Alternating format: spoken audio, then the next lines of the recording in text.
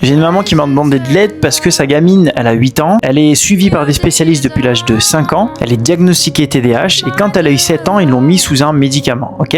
Ça l'a calmée, ça a fonctionné, sauf qu'elle a perdu l'appétit. Et donc, elle a tellement arrêté de manger qu'elle est descendue sous la courbe de poids. Donc, ils ont arrêté la médication en urgence parce que ça devenait dangereux pour sa santé. Et là, la maman me contacte pour lui redonner le goût de manger. Parce que pour le moment, tout ce qu'elle mange, c'est des pancakes et du Nutella. Les spécialistes, eux, ils ont prévu de se réunir à la rentrée pour savoir quel médicament lui donner à la place. Donc moi, j'ai demandé à la maman, mais qu'est-ce qu'ils disent les spécialistes par rapport à l'alimentation ? 3 ans de suivi, 0 conversation concernant l'alimentation. Est-ce qu'il y a des spécialistes dans les commentaires qui peuvent me dire si c'est normal ?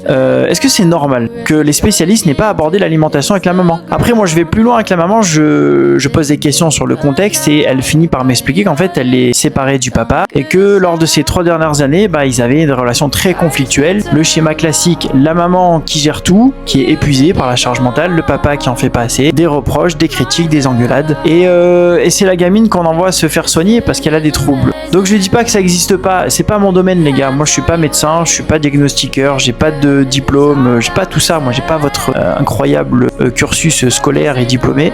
Je suis pas comme vous. Par contre je sais que un enfant a des besoins, que ce soit en alimentation, et donc si ces besoins sont pas respectés, l'enfant ne peut pas fonctionner correctement. Et je sais aussi qu'un enfant a besoin de vivre dans un foyer où il se sent en sécurité. Et qu'un papa et une maman qui se font la guerre, qui se détestent, qui se font des reproches, ça fonctionne pas. Donc là, la gamine, pour moi, ce qu'elle a besoin, c'est que ses parents soient formés en nutrition. Ils soient formés également en pédagogie pour les aider et accompagner la gamine à recréer un lien sain avec la nourriture. Il faut de la pédagogie, il faut pas forcer. C'est un métier, clairement. Être parent, c'est un métier. On n'a toujours pas compris ça en France. Et puis surtout, papa et maman, même si vous êtes séparés, faut bien vous entendre. C'est comme ça.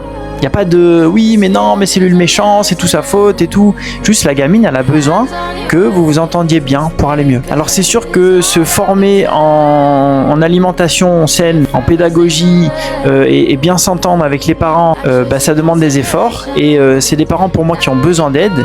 Et est-ce que c'est normal que les spécialistes ne se concentrent pas uniquement là-dessus dans un premier temps?